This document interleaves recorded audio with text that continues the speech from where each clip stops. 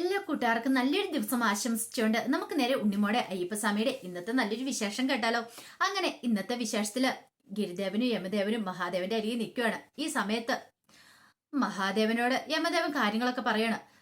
താൻ ചെയ്യുന്ന കർമ്മത്തിന് വിഘ്നമായിട്ട് ഇടയ്ക്ക് കുമാരൻ വരുന്നുണ്ട്, അതുകൊണ്ട് കുമാരനെ വിലക്കണമെന്ന് പറയാ. എല്ലാം കേട്ട് കഴിഞ്ഞപ്പോഴത്തേനും ഗിരിദേവനോട് മഹാദേവൻ പറഞ്ഞു, പുത്ര, ചില പ്രാണനുകൾ അങ്ങനെയാണ്, അകാലത്തിൽ പൊലിഞ്ഞു പോയേക്കാം. അത് പ്രകൃതിയുടെ നിയമമാണ്. പക്ഷേങ്കിൽ അതിനും വിഘ്നം വരുത്താനായിട്ട് നിൽക്കരുത്. അങ്ങനെ വന്നിട്ടുണ്ടെങ്കിൽ വലിയ ദുരന്തം തന്നെ പ്രകൃതിയിൽ ഉണ്ടായെന്നിരിക്കുന്നു പറയണം. അതുകൊണ്ട് യമദേവന്റെ കർമ്മത്തിന് ഒരിക്കലും വിഘ്നമായിട്ട് നീ അരികിലേക്ക് ചെല്ലലെന്ന് പറയാം.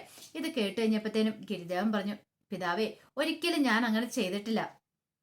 എന്റെ ഭക്തരുടെ ഒപ്പം അവരെ അനുഗമിക്കുക മാത്രമാണ് ഞാൻ ചെയ്തത്, അല്ലാതെ ഞാനൊന്നും ചെയ്തിട്ടില്ല. പിന്നെ ബാലയ്ക്ക് വന്നു ചേർന്നിരിക്കുന്നത് സൂര്യ നവഗ്രഹാദികളുടെ അവരുടെ ആ അനുഗ്രഹം ഇല്ലാത്തതുകൊണ്ടാണ് ബാലയ്ക്ക് ഇങ്ങനെ കഷ്ടകാല യോഗം വന്നിരിക്കുന്നത്. പക്ഷേങ്കിൽ അവരുടെ നവഗ്രഹങ്ങളുടെ അനുഗ്രഹം ഉണ്ടെങ്കിൽ, അവൾക്ക് മേൽ ശുഭനക്ഷത്രം ഉദിക്കുകയാണെങ്കിൽ അവൾക്ക് ആയുസിങ്ങനെ നീട്ടിക്കിട്ടും. അവളിനി അവളുടെ പ്രാണം വീണ്ടെടുക്കും. അതിനെക്കുറിച്ച് മാത്രമാണ് ഞാൻ യമദേവനോട് പറഞ്ഞിരിക്കുന്നത്, അല്ലാതെ ഒരിക്കലും ഞാൻ യമദേവനെ വെല്ലുവിളിച്ചിട്ടൊന്നും ഇല്ലെന്ന് പറയാം. എല്ലാം കേട്ട് കഴിഞ്ഞപ്പോഴത്തേനും മഹാദേവൻ യമദേവനോട് പറഞ്ഞു, അതെ, തന്റെ ഭക്തരെ അനുഗമിക്കുക മാത്രമാണ് കുമാരൻ ചെയ്തിരിക്കുന്നത്, അല്ലാതെ ഒരിക്കലും യമദേവന്റെ കർമ്മങ്ങൾക്ക് തടസ്സമായിട്ട് നിന്നില്ല. യമദേവൻ തന്റെ കർമ്മം തുടർന്നോളൂ, അതുപോലെ കുമാരൻ തന്റെ കർമ്മവും തുടർന്നോളം പറയാണ്. അങ്ങനെ അവരെ അങ്ങോട്ട് പറഞ്ഞു വിടുവാണ്. പിന്നീട് ഗിരിദേവൻ എന്ത് ചെയ്യുവാണ്, തന്റെ ഭക്തരോടൊപ്പം ഉണ്ണിമോളൊക്കെ അവർ പോകുന്ന ശബരിമലയ്ക്ക് പോകുന്നതിനൊപ്പം തന്നെ അവരുടെ കൂടെ അങ്ങോട്ട് പോവാണ്. കുറച്ചു ദൂരം ചെന്ന് കഴിഞ്ഞപ്പോഴത്തേനും മടുത്തു കഴിഞ്ഞപ്പോഴത്തേനും കൂടെയുള്ളവർ പറഞ്ഞു, നമുക്കിനി അല്പം വിശ്രമിച്ചിട്ട് പോകാമെന്ന് പറയണം. അങ്ങനെ അവരവിടെ ഇരിക്കുകയാണ്. ഈ സമയം ഉണ്ണിമോൾ ഇങ്ങനെ വിഷമിച്ചിരിക്കുകയാണ്. ഉണ്ണിമോൾ നേരത്തെ ഗിരിദേവന്റെ അടുത്തേക്ക് ചെല്ലുവാണ്. ഗിരിദേവന്റെ അടുത്തേക്ക്, ഗിരിദേവ, എന്നെ കാണുമ്പോ എന്തിനാ ഗിരിദേവൻ മുഖം മറച്ചു പോണേ, അല്ല ഈ മുഖം തിരിച്ചു പോന്നേ? അതിന് മാത്രം എന്ത് തെറ്റാ ഞാൻ ചെയ്തേ? ഞാൻ ഒരു തെറ്റും ചെയ്തിട്ടില്ലല്ലോ. ഒരുപക്ഷെ ഞാൻ മരിക്കുന്നു കരുതിയിട്ടാണോ ഗിരിദേവൻ എന്റെ കൂടെ വരാത്തെ, എന്റെ കൂടെ കൂട്ടുകൂടാത്തെ? അതോ എന്നോടെങ്കിലും ദേഷ്യമുണ്ടോ? എന്തെങ്കിലും ദേഷ്യം ഉണ്ടെങ്കിൽ എന്നോട് പറ, ഞാൻ എന്ത് തെറ്റാ ചെയ്തേന്ന് പറ. ഇത് കേട്ടതും ഗിരിദേവൻ പറഞ്ഞു, ഉണ്ണിമോൾ ഒരു തെറ്റും എന്നോട് ചെയ്തിട്ടില്ലെന്ന് പറയാം. പിന്നെ എന്തിനാ എന്നോട് ദേഷ്യം കാണിക്കണേ? ഞാൻ ദേഷ്യം കാണിച്ചല്ലോ, അത് ഉണ്ണിമോൾക്ക് തോന്നുന്നു പറയാ. ഇല്ല, ഗിരിദേവൻ കള്ളത്തരം പറയണ്ട, എനിക്കറിയാം. ഗിരിദേവൻ എന്നോട് ഇപ്പോഴും ദേഷ്യമാന്ന് പറയണം. ഇങ്ങനെ സംസാരിച്ചുകൊണ്ടിരിക്കുന്ന സമയത്താണ് അവിടെ നിന്നൊരു വിളി കേട്ടെ. ഉണ്ണിമോള് പെട്ടെന്ന് തിരിഞ്ഞു നോക്കി. അപ്പോഴൊരു സ്വാമി വന്ന് നിൽക്കുന്നു. പെട്ടെന്ന് അയാൾ പറഞ്ഞു, ഉണ്ണിമോളെ വിളിക്കണം, ഇങ്ങോട്ടൊന്ന് വരുമോ മോളെന്ന് ചോദിക്കണം. അങ്ങനെ ഉണ്ണിമോൾ അങ്ങ് ചെന്നു. അത് മറ്റാരും ആയിരുന്നില്ല, യമദേവൻ വേഷം മാറിയിട്ട് ഒരു സ്വാമിയുടെ വേഷത്തിൽ വന്ന അല്ലേ, മലയ്ക്ക് പോകാനായിട്ട് വരുന്ന ഒരു അയ്യപ്പന്റെ വേഷത്തില് അയാൾ അങ്ങോട്ടേക്ക് വന്നതാണ്. പെട്ടെന്ന് തന്നെ ഉണ്ണിമോൾ എന്നിട്ട് എന്ത് പറ്റിയെന്ന് ചോദിച്ചു കഴിഞ്ഞപ്പോ അയാൾ പറഞ്ഞു, അത് പിന്നെ എനിക്ക് തീരെ വയ്യ മോളെ. ഞാൻ എൻ്റെ മോൾക്ക് വേണ്ടിയിട്ടാ, എൻ്റെ മോൾക്കൊരു അസുഖം വന്നു കഴിഞ്ഞപ്പത്തിന് അവള് രക്ഷപ്പെടാൻ വേണ്ടിയിട്ട് ശബരിമലയ്ക്ക് നടന്നു വന്നേക്കാൻ നേർച്ച നടന്ന കുറേ ദൂരമായി നടക്കണേ. കാലൊക്കെ പൊട്ടി, എൻ്റെ നല്ല വേദന എടുക്കുന്നുണ്ട്, അതാ ഇവിടെ ഇരുന്നു പോയത്. എന്നെ ഒന്ന് പിടിച്ച് എഴുന്നേൽപ്പിക്കാൻ സഹായിക്കാമെന്ന് ചോദിക്കുക. ശരി, അതിനെന്താന്ന് പറഞ്ഞോണ്ട് ഉണ്ണിമോൾക്ക് അറിയില്ലോ. ഉണ്ണിമോൾ അങ്ങോട്ട് പിടിച്ചെഴുന്നേൽപ്പിക്കാൻ കൈ കൊടുക്കുന്ന സമയത്ത് ഉണ്ണിമോൾ എന്നൊരു വിളി വിളിക്കുകയാണ് ഗിരിദേവൻ. പെട്ടെന്ന് എന്താ ഗിരിദേവൻ ഉണ്ണിമോൾ ചോദിക്കുക. ആ സമയത്താണ് ഗിരിദേവൻ ഓർത്തെ, യമദേവന്റെ മാർഗത്തിന് വിഘ്നമായിട്ട് താൻ വരില്ല, ഒരിക്കലും അങ്ങനെ ചെയ്യാൻ പാടില്ല. പിതാവിന്റെ ശാസന ഉള്ളതുകൊണ്ട് അത് മനസ്സിൽ ഓർത്ത് കഴിഞ്ഞപ്പോഴത്തേനും പെട്ടെന്ന് എന്ത് ചെയ്യണമെന്ന് അറിയത്തില്ല. എന്താ ഗിരിദേവ ഒന്നും മിണ്ടാത്തതെന്ന് ചോദിക്കുക. ഒന്നുമില്ലാന്ന് പറയണം. ഈ സമയം യമദേവൻ പറഞ്ഞു, എന്റെ കയ്യിലേക്ക് പിടിക്കുകൂട്ടി, എന്നെ ഒന്ന് എഴുന്നേൽപ്പിക്കാൻ പറയണം. അങ്ങനെ ഉണ്ണിമോള കയ്യിലേക്ക് സ്പർശിച്ചു. കയ്യെ പിടിച്ച് അയാളെ അങ്ങോട്ട് എഴുന്നേൽപ്പിക്കുകയാണ്. പിന്നീട് ഉണ്ണിമോൾ അയാളെയും പിടിച്ചോണ്ട് ബാക്കി സ്വാമിമാരുടെ അടുത്തേക്ക് വരുവാണ്. അങ്ങനെ വന്നു കഴിഞ്ഞപ്പോഴത്തേനും ബാക്കി സ്വാമിയോട് ചോദിച്ചു, അല്ല ഇതാരാന്ന് ചോദിക്കുകയാണ്. പെട്ടെന്ന് അയാൾ പറഞ്ഞു, അതെ, ഞാൻ ശബരിമലയ്ക്ക് നടന്നു പോകാനായിട്ട് വന്ന, ഇതിലാരാ ഗുരുസ്വാമിന്ന് ചോദിക്കുകയാണ്. പെട്ടെന്ന് ഗുരുസ്വാമി പറഞ്ഞു, ഞാനായിരുന്നു, പക്ഷെ ഇപ്പം ഞാനല്ല. ഇതെങ്ങ് നോക്കിയേ, ആ നിൽക്കുന്ന ഗിരിദേവസ്വാമിയാന്ന് പറയണം. ഗിരിദേവസ്വാമി, അതെ, കാണാൻ ഒരു കുട്ടിയൊക്കെ ആയിരിക്കും, പക്ഷേങ്കിൽ എന്നെക്കാളും അറിവ് ജ്ഞാനം ഒക്കെ ഉള്ള, അതുകൊണ്ട് ഞാനിപ്പ ആ കുട്ടിയുടെ ശിഷ്യത്തെ സ്വീകരിച്ചിരിക്കുവാന്ന് പറയാം. ഇത് കേട്ട് കഴിഞ്ഞപ്പം യമദേവൻ പറഞ്ഞു, അതങ്ങനെയാ, കാരണം നമ്മളെക്കാളും ചിലപ്പം ചെറിയ കുട്ടികളായിരിക്കും, പക്ഷെ അവർക്ക് നല്ല അറിവും വിദ്യാഭ്യാസവും കാര്യങ്ങളും എല്ലാം കാണുമായിരിക്കും. ഇപ്പൊ തന്നെ കണ്ടില്ലേ, ഗുരുസ്വാമി അദ്ദേഹത്തിന് ശിഷ്യത്വം സ്വീകരിച്ച്, അതുകൊണ്ടല്ലേ എന്ന് ചോദിക്കുകയാണ് ശബരിമലയ്ക്ക് പോവാനായിട്ട്. കണ്ടിട്ട് തന്നെ എന്തൊരു ഐശ്വര്യ, എന്തൊരു തേജസ് ആ മുഖത്ത്, ഒരു ഭഗവാനെ പോലെ ഉണ്ടല്ലേന്ന് ചോദിക്കുകയാണ്. ഇത് കേട്ടെന്ന് ഗുരുസ്വാമി പറഞ്ഞു, അത് ശരിയാന്ന് പറയണ. പിന്നീട് ഗുരുസ്വാമി അടിച്ചു, ഞാനും പോരട്ടെ നിങ്ങളോടൊപ്പം ചോദിക്കുക. ഞങ്ങളോട് ചോദിച്ചിട്ട് കാര്യമില്ല, അതെ ഗിരിദേവസ്വാമിയോട് ചോദിച്ചോളാൻ പറയണം. ഗിരിദേവനോട് ചോദിക്കുകയാണ് യമദേവൻ, ഞാനും പോരട്ടേന്ന്. ആ സമയം ഗിരിദേവനൊന്നും മിണ്ടിയില്ല. അല്ല, ആ കുട്ടിസ്വാമി ഒന്നും മിണ്ടുന്നില്ലോ എന്ന് പറയാണ്. പോരണമെന്നും പറഞ്ഞില്ല, പോരണ്ടെന്നും പറയുന്നില്ലാന്ന്, പോരണ്ടെന്നും പറയുന്നില്ലാന്ന് പറയാണ്. ഇത് കേട്ട് കഴിഞ്ഞപ്പോ ഗുരുസ്വാമി പറഞ്ഞിട്ട് കാര്യം ചെയ്യാം, ഞങ്ങളുടെ കൂടെ പോന്നാളാൻ പറയണേ. അങ്ങനെ എന്ത് ചെയ്യണം, യമദേവനും അവരോടൊപ്പം കൂടുകയാണ്.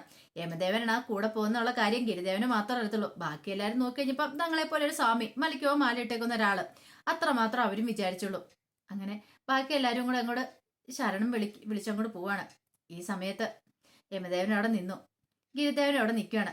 ഗിരിദേവന്റെ അടുത്ത് വന്നിട്ട്, അതെ, എന്റെ മാർഗത്തിന്റെ തടസ്സമായിട്ട് വല്ലെന്ന് ഞാൻ പറഞ്ഞിട്ടുണ്ടായിരുന്നു. ഇനിയിപ്പം ദേ കുമാരൻ ഞങ്ങളെ പിന്തുടരണമെന്നില്ല, ബാലിയെ പിന്തുടരണമെന്നില്ല. കാര്യം എന്താണെന്നറിയോ, ബാലിക ഇപ്പൊ പൂർണ്ണമായി എന്റെ നിയന്ത്രണത്തിലായി. അവൾ എന്റെ കരത്തിൽ സ്പർശിച്ചു കഴിഞ്ഞപ്പം അവൾ മൃത്യുവിന്റെ പിടിയിലായി കഴിഞ്ഞു. ഇനി ഒരിക്കലും കുമാരനെ അവളെ രക്ഷിക്കാൻ സാധ്യമല്ലെന്ന് പറഞ്ഞിട്ട് അവരോടൊപ്പം അങ്ങോട്ടേക്ക് പോവാണ് യമദേവൻ. ഈ സമയം വിനോദും ദിവ്യയും നന്ദനും എല്ലാരും കൂടെ നടക്കുവാണ് കാട്ടിക്കൂടെ. അപ്പൊ അവര് വിഷ്ണുവിനെ മനുവിനെ അവരെയൊക്കെ അഭിജിത്തിനെയൊക്കെ അന്വേഷിച്ച് നടക്കുന്നതാണ്. അങ്ങനെ കുറെ ദൂരം നടന്നു കഴിഞ്ഞപ്പോഴത്തേനുമാണ് അവിടെ ഒരാൾ തിരിഞ്ഞു കിടക്കുന്നുണ്ട്. കണ്ടു കഴിഞ്ഞപ്പോഴത്തേനും തങ്ങളുടെ കൂട്ടത്തിലുള്ള ആരോ ഉള്ള പോലെ തോന്നി. പക്ഷെങ്കിൽ എന്താ മരിച്ചു കിടക്കുന്നതാണോ എന്നൊരു പേടി അവരുടെ മനസ്സിലേക്ക് വന്നു. വിനോദ് അങ്ങോട്ടേക്ക് പോകാൻ തുടങ്ങിയപ്പോൾ നന്ദൻ പറഞ്ഞു, വേണ്ട അങ്ങളെ പോകണ്ടെന്ന് പറയാണ്. പക്ഷെ വിനോദ് അങ്ങോട്ട് ചെന്നു നോക്കിയപ്പോൾ അത് അഭിജിത്തായിരുന്നു. അഭിജിത്ത് കിടന്ന് ഉറങ്ങുമായിരുന്നു. കുലിക്ക് വിളിച്ചു കഴിയുമ്പോൾ അഭിജിത്ത് ചാടി എഴുന്നേറ്റു, ചുറ്റും നോക്കണം. അല്ല അങ്കിളോ, അങ്കിൾ എന്താ ഇവിടെന്ന് ചോദിക്കാം. അല്ല നീ എന്താ ഇവിടെ കിടക്കണേ, എന്തു പറ്റിയെന്ന് ചോദിക്കാം. അത് പിന്നെ അങ്കിളെ നടന്നു മടുത്തു കഴിഞ്ഞപ്പോൾ ഇവിടെ ചേരം കിടന്നു പോയതാ, അപ്പൊ ബാക്കിയുള്ളവർ എന്ത് ചെയ്യുന്ന ചോദിക്കണം. അപ്പോഴേക്കും അങ്ങോട്ടേക്ക് മനുവും അവരൊക്കെ ഓടി വരുവാണ്. മനുവും സഞ്ജുവൊക്കെ ഓടി വന്നു. പെട്ടെന്ന് ചോദിച്ചു, നിങ്ങള്, ഞങ്ങൾക്കൊരു കുഴപ്പമൊന്നുമില്ല അങ്കിളെ, ഞങ്ങള് 3 പേരും തമ്മിൽ കണ്ടുമുട്ടിയായിരുന്നു. ദിവ്യ ചോദിച്ചു, അല്ല നിങ്ങൾ മനുവിനെ അന്വേഷിച്ച് വന്നതല്ലേന്ന് ചോദിക്കുകയാണ്. എന്നിട്ട് എന്ത് പറ്റിയെന്ന് ചോദിക്കുകയാണ്. അപ്പോഴേക്കും മനുവും കൂടെ അങ്ങോട്ടേക്ക് വരുവാണ്. മനു വന്നിട്ട് പറഞ്ഞു, എന്ത് ചെയ്യാനാ, ഞാനിവിടെ ആകപ്പാടെ അകപ്പെട്ടു പോയി. എല്ലാം ആ അമ്മൂമ്മയുടെ കളിയാന്ന് പറയണം. അമ്മൂമ്മയുടെ കളിയാ? അതെ, ഒരു അമ്മൂമ്മ ഉണ്ടായിരുന്നല്ലോ കൂടെ, അവരാണ് ഇതിന്റെ പിന്നിൽ എന്ന് പറയാം. അവരൊരു മന്ത്രജാലിക്കാരിയാണ്, അവരാണ് ഞങ്ങളെ ഇവിടെ കൊണ്ടുവന്ന് ആക്കിയെന്ന് പറയാം. പെട്ടെന്ന് അവർ ചോദിച്ചു, അല്ല എന്നിട്ട് അമ്മൂമ്മ എന്തേ നിങ്ങളുടെ കൂടെ വന്നിട്ട്? കണ്ടില്ല, പകുതി എത്തി കഴിഞ്ഞപ്പോൾ അവരെ കാണാതെ പോയെന്ന് പറയണേ. ഇത് കേട്ടപ്പോൾ നന്ദന പറഞ്ഞു, ചിലപ്പോൾ അവരായിരിക്കും നമ്മൾ ഈ കാടിനുള്ളിൽ പെടുത്തിക്കളഞ്ഞ്, ഉണ്ണിമോളെ നമ്മളിന്ന് അകറ്റിയത് അവരായിരിക്കും എന്ന് പറയാം. ആ സമയം അഭിജിത്ത് ചോദിച്ചു, അല്ല ഉണ്ണിമോൾ എന്തിയെന്ന് ചോദിക്കുകയാണ്. അത് പിന്നെ ഉണ്ണിമോള് ഇടയ്ക്ക് വെള്ളം കുടിച്ചായിരുന്നു. ഇടയ്ക്ക് വെള്ളം കുടിച്ചു കഴിഞ്ഞപ്പോൾ അവള് മയങ്ങി വീണു കഴിഞ്ഞപ്പോൾ ഞങ്ങൾ ഹോസ്പിറ്റലിൽ എത്തിക്കാൻ ആരെങ്കിലും കിട്ടുമോന്ന് അന്വേഷിക്കാൻ വേണ്ടി പോയി തിരികെ വരുമ്പോഴത്തേനും അവളെ കണ്ടില്ല. പിന്നീട് കുറെ ദൂരം നടന്നു കഴിഞ്ഞപ്പോഴത്തേനും അവള് അവിടെ ഇരിക്കുന്ന കണ്ടു. അവളെ ആരോ രക്ഷിച്ചു, ഭഗവാൻ രക്ഷിച്ചാന്ന് തോന്നേ. ആ സമയത്താണ് പിന്നെ ഇതേ അങ്കിളും മുത്തശ്ശിയും വരുന്നുണ്ടെന്ന് പറയണ്ട വിനോദ് പറഞ്ഞു. അതെ, ആ സമയത്ത് ഞങ്ങൾ നിങ്ങളെ കാണാൻ ആകെപ്പെടെ വിഷമിച്ചിരിക്കുക. അപ്പോഴാണ് ദിവ്യ നന്ദനെ ഉണ്ണിമോളൊക്കെ അങ്ങോട്ടേക്ക് വന്നത്. പിന്നീട് ഉണ്ണിമോളെ ഞാൻ അമ്മയുടെ കൂടെ ശബരിമലയിലേക്ക് പറഞ്ഞു വിട്ടു. കാരണം നിങ്ങളെ കണ്ടില്ലല്ലോ, നിങ്ങളെ അന്വേഷിച്ച് കണ്ടെത്തണമല്ലോ, അതുകൊണ്ട് ഞങ്ങൾ ഇങ്ങോട്ടേക്കും പോന്നു പറയാണ്. ഇത് കേട്ടതും അഭിജിത്ത് പറഞ്ഞു, ഇനിയിപ്പോ എന്ത് ചെയ്യാനാ, മീനാക്ഷി ശബരിമലയ്ക്ക് പോയില്ലേന്ന് ചോദിക്കണം. പോയി, അന്ന് ശരി നമുക്കും പോയേക്കാം, അവളെ കാണുമായിരിക്കും, നമുക്ക് വഴിക്ക് വെച്ച് കാണാമെന്ന് പറഞ്ഞുകൊണ്ട് അവര് ശബരിമലയ്ക്ക് പോവാണ്. ഈ സമയം യമദേവനോട് വർത്താനം പറഞ്ഞുകൊണ്ട് വരുവാണ് ഉണ്ണിമോള്. അപ്പൊ ഇച്ചിരി മുന്നിലായിട്ടാണ് ഗിരിദേവൻ നടക്കുന്നത്, അതിന്റെ മുന്നിലായിട്ടാണ് ബാക്കി ഭക്തന്മാരൊക്കെ നടക്കണേ. പിന്നീട് ഉണ്ണിമോളോട് യമദേവൻ പറയാം, എനിക്ക് 3 മക്കളാ, 3 പെൺമക്കള്. ഏറ്റവും ഇളയ കുട്ടിക്ക് ഇതേ മോളുടെ പ്രായം വരും. അവൾക്കൊരു അസുഖം വന്നപ്പോ ഞാൻ നേർച്ച നേർന്ന നടന്ന് ശബരിമലയ്ക്ക് പോയേക്കാന്ന്, അതുകൊണ്ട് വന്നാന്ന് പറയാണ്. അല്ല എന്നിട്ടിപ്പോ എങ്ങനെയുണ്ട്, മോൾക്ക് എങ്ങനെയുണ്ടെന്ന് ചോദിക്കുക. അവൾക്ക് കുഴപ്പമൊന്നുമില്ല, അവള് സുഖമായെന്ന് പറയാം. അല്ല മോളുടെ വീട്ടിൽ ആരൊക്കെ ഉണ്ടെന്ന് ചോദിക്കുക. എന്റെ വീട്ടിൽ അച്ഛന്, അമ്മ, മുത്തശ്ശി ഉണ്ടെന്ന് പറയണം. അല്ല മോൾ എന്തിനാ ശബരിമലയ്ക്ക് പോകുന്നേ എന്ന് ചോദിക്കുക. അത് പിന്നെ എനിക്ക് കുറെ പ്രശ്നങ്ങളും കാര്യങ്ങളൊക്കെ ഉണ്ടെന്ന് പറയണം. എന്നിട്ട് മോള് തന്നെയാണ് ശബരിമലയ്ക്ക് പോകണമെന്ന് ചോദിക്കും. അതെ ഞാൻ തന്നെയാ, പക്ഷേ എങ്കിൽ എന്റെ കൂടെ ഗിരിദേവൻ ഉണ്ടെന്ന് പറയാം. ഗിരിദേവനോ, അതാരാ? അതെ ആ മുന്നിൽ പോണേന്ന് പറയണം. അപ്പൊ ഗിരിദേവൻ തിരിഞ്ഞു നോക്കുക. അല്ല എന്നിട്ട് അവൻ കുട്ടീനെ മൈൻഡ് പോലും ചെയ്യുന്നില്ല മോളെ, അതെന്താ മൈൻഡ് പോലും ചെയ്യാതെ പോന്നേ? കൂടത്തിൽ പോന്നാണ് പിന്നെ കൂടത്തിൽ കൊണ്ടുപോകണ്ടേ, എന്നിട്ട് മോളെ നോക്കുന്ന പോലും ഇല്ലോന്ന് പറയാ. എനിക്ക് അറിയത്തില്ല എന്താന്ന്. ഗിരിദേവൻ ഇങ്ങനൊന്നും ആയിരുന്നില്ല, എപ്പോഴും എന്റെ സഹായത്തിന് ഓടി വരുന്ന ആളാ ഗിരിദേവൻ. പക്ഷേ എങ്കിൽ 2 ദിവസമായിട്ട് ഗിരിദേവൻ എന്തോ ഒരു മാറ്റമാ, എന്നെ മൈൻഡ് പോലും ചെയ്യുന്നില്ലെന്ന് പറയാം. ആണോ? കുട്ടി അതൊന്നും ഓർത്ത് വിഷമിക്കൊന്നും വേണ്ട കേട്ടോ. അല്ല കുട്ടി മലയ്ക്ക് പോണ എന്തിനാന്നാ പറഞ്ഞേ? അത് പിന്നെ ഉണ്ടല്ലോ, എനിക്ക് കുറെ പ്രശ്നങ്ങളുണ്ട്. പ്രശ്നങ്ങൾ? എന്ത് പ്രശ്നങ്ങൾ? എന്നോട് പറയാൻ പാടില്ലാത്ത എന്തെങ്കിലും ഉണ്ടോ? അത് ഞാൻ മരിച്ചു പോവും അങ്കിളെന്ന് പറയണം. മരിച്ചു പോകുന്നോ? അതെ, ഞാൻ ഉടനെ മരിച്ചു പോകും. ഞാൻ മരിച്ചു പോകുന്നതിന് മുമ്പ് എന്റെ അവസാനത്തെ ആഗ്രഹം എനിക്ക് ശബരിമലയിൽ എത്താനാ. എന്റെ ആഗ്രഹം നിറവേറ്റാൻ വേണ്ടി ഞാൻ പോകുന്നാന്ന് പറയണം. അല്ല, മോൾക്ക് എങ്ങനെ മരണം സംഭവിക്കൂന്നാ ഗിരിദേവന പറഞ്ഞ. ഞാൻ ഉടനെ മരിച്ചു പോകുന്നു. പക്ഷെ മരിച്ചു പോയാലും എനിക്ക് കുഴപ്പമില്ല. എന്റെ അവസാനത്തെ ആഗ്രഹം സാധിക്കണം. ഞാൻ ഇനി അധികം സമയമൊന്നും ജീവിച്ചിരിക്കില്ല. ഇതൊക്കെ മോളുടെ വീട്ടുകാർക്ക് അറിയാവോ? അറിയാന്ന് പറയാം. എന്നാ പിന്നെ മോൾ എന്തിനാ അങ്ങോട്ടേക്ക് പോണേന്ന് ചോദിക്കാം. അങ്ങോട്ടേക്ക് പോകേണ്ട കാര്യമുണ്ടോ? മോളുടെ വീട്ടിൽ പോയി സമാധാനമായിട്ട് കിടന്ന് മരിച്ചാൽ പോരെ. ഒരു പക്ഷെ ഈ പറയുന്ന ഗിരിദേവൻ മോളോടൊപ്പം വരാത്തതിന്റെ പ്രധാന കാരണം എന്താണെന്നറിയോ? മോൾ ഉടനെ മരിക്കൂന്ന് അറിഞ്ഞിട്ട് തന്നെയായിരിക്കും. വഴിക്ക് വെച്ച് മരിച്ചിട്ടുണ്ടെങ്കിൽ അവർക്ക് ബുദ്ധിമുട്ടാവൂലേ മോളെ. അതിനേക്കാളും ഭേദം മോള് തിരികെ വീട്ടിലേക്ക് പോകുന്നല്ലേന്ന് ചോദിക്കും. ഉണ്ണിമോളെ തിരികെ പറഞ്ഞ് വീട്ടിലേക്ക് വിടാനുള്ള തന്ത്രപ്പാടാ നടത്തുന്നത്, വഴിക്ക് വെച്ച് തന്നെ ഇല്ലാതാക്കാനായിട്ട്. ഇത് കേട്ടപ്പോൾ ഉണ്ണിമോൾക്ക് എന്ത് ചെയ്യണമെന്ന് അറിയത്തില്ല. ഗിരിദേവൻ തിരിഞ്ഞു നോക്കുകയാണ് ഉണ്ണിമോളെന്ന്. ഉണ്ണിമോള് പറഞ്ഞു, എന്റെ ആഗ്രഹമല്ലേ, അതുകൊണ്ട് എനിക്ക് പോവാതിരിക്കാൻ പറ്റില്ല. അതുകൊണ്ടാണ് ഞാൻ പോണേന്ന് പറയണേ. മോളെ, മോള് പോയിട്ടുണ്ടെങ്കിൽ പിന്നെ മോളുടെ വീട്ടുകാർക്ക് മോളെ കാണാനെങ്കിലും പറ്റുമോ? മോള് മരിക്കുന്നെങ്കിലും അവർക്ക് കാണണ്ടേ? അവസാന സമയത്ത് അച്ഛന്റെ അമ്മയോടൊപ്പം മോളെ ഇരുന്ന് മരിക്കണല്ലേ നല്ലതെന്നൊക്കെ ചോദിക്കുക. ഉണ്ണിമോൾക്ക് കരച്ചിൽ വന്നു. ഉണ്ണിമോള് കരയാൻ തുടങ്ങി. ആ സമയം ശാരിക അങ്ങോട്ടേക്ക് വന്നു. ശാരികയ്ക്ക് സഹിച്ചില്ല തന്റെ മോളുടെ വിഷമം കണ്ടിട്ട്. പെട്ടെന്ന് ഗിരിദേവൻ ശാരികയുടെ അടുത്തേക്ക് ചെല്ലുവാണ്. ശാരിക പറഞ്ഞു, ഭഗവാനെ, കാണുന്നില്ല എന്റെ മോളുടെ വിഷമം എന്താന്ന്. ഇപ്പോഴ അവളോടൊപ്പം യമദേവനും ഉണ്ട്, ഭഗവാനും ഉണ്ട്. പക്ഷെ ഭഗവാൻ ഒന്നും ചെയ്യാൻ സാധിക്കുന്നില്ലോ.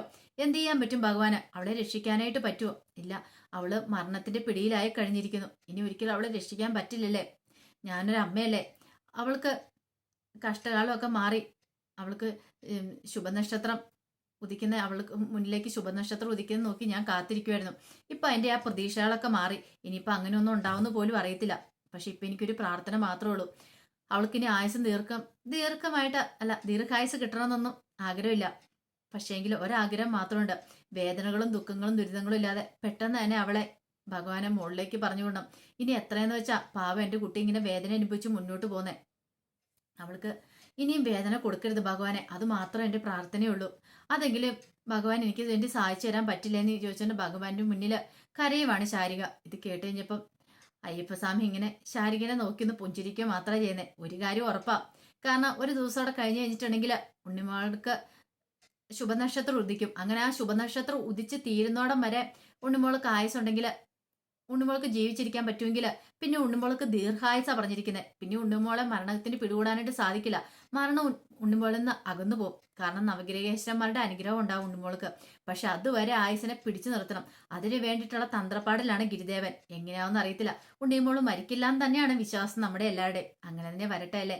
അപ്പം നിങ്ങളുടെ അഭിപ്രായങ്ങളൊക്കെ നിങ്ങൾ അറിയിക്കണം കേട്ടോ, എങ്ങനെ എന്ത് സംഭവിക്കുന്നുള്ളേ. അപ്പൊ എല്ലാവർക്കും ഒരിക്കൽ കൂടി നല്ലൊരു ദിവസം ആശംസിച്ചാണ് നിർത്തുന്നത്.